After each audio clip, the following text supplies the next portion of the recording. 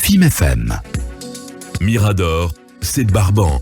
Les antivaleurs sous les fourches codines de nos chroniqueurs.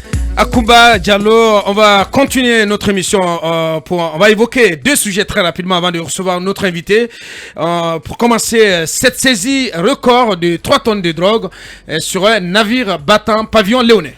En tout cas, on a pris l'information, on a même visionné des images qui restent à certifier que des grandes quantités de drogue auraient été saisies dans ce navire pavillon sierra-léonais.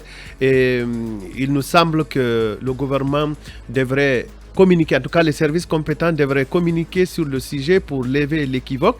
Parce qu'il y en a qui pensent que puisqu'il y a des médicaments qui ont été saisis et qu'il a été déclaré pendant les manifestations que les enfants avaient consommé du tramadol et qu'il y avait eu une quantité qui aurait été saisie. Ben, vous savez, ces communicants du gouvernement, ils sont excellents. Hein? Ils peuvent examiner médicalement quelqu'un au pif du regard. Ouais. Alors, beaucoup pensent que cette déclaration de la saisie des drogues, et c'est pour cela qu'il est bien de clarifier les choses, cette saisie des drogues serait liée à la volonté du gouvernement à trouver une autre destination des produits saisis, en tout cas des produits médicaux saisis. Je pense que le gouvernement devrait communiquer là-dessus pour nous donner sa version afin qu'on puisse nous-mêmes peut-être visiter ce produit. De toutes les façons, moi j'ai visualisé des images qui montrent une quantité saisie, mais c'est des images qui restent à certifier. On les a vues hier, ces autorités présenter, en tout cas faire la présentation de cette saisie, oui, vous avez bien entendu. Donc, je ne suis pas à jour. Voilà.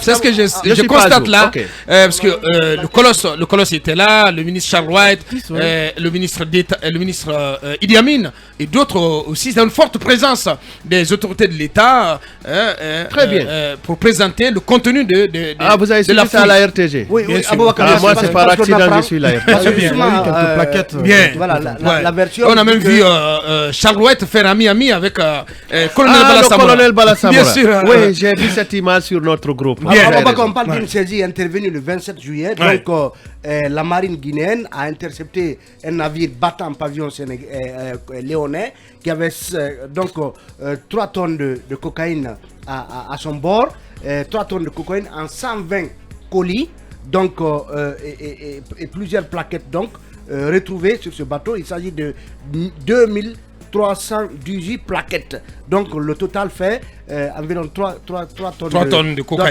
cocaïne. Donc c'est ce qui a été saisi. Et finalement, les tests qui ont été réalisés ont confirmé que c'était de la cocaïne.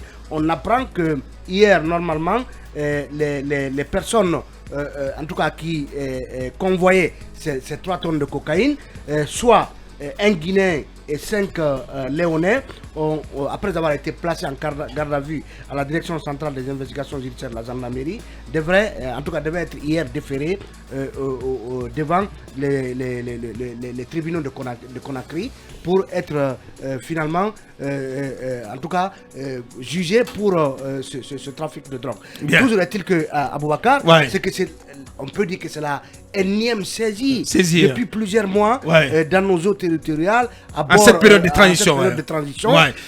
Quoi, le trafic de drogue semble reprendre de plus belle, Mohamed. Surtout en cette période de transition. On a l'impression que les périodes de transition sont des ferments pour cette activité, ce trafic.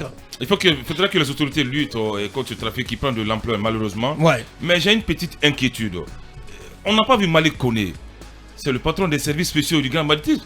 En principe, il devait être la vedette du jour. Malik, il me semble être allé tout foire. Mais il est bypassé. On nous apprend qu'il est sans moyens, aucun budget, comme d'ailleurs plusieurs autres structures de l'État.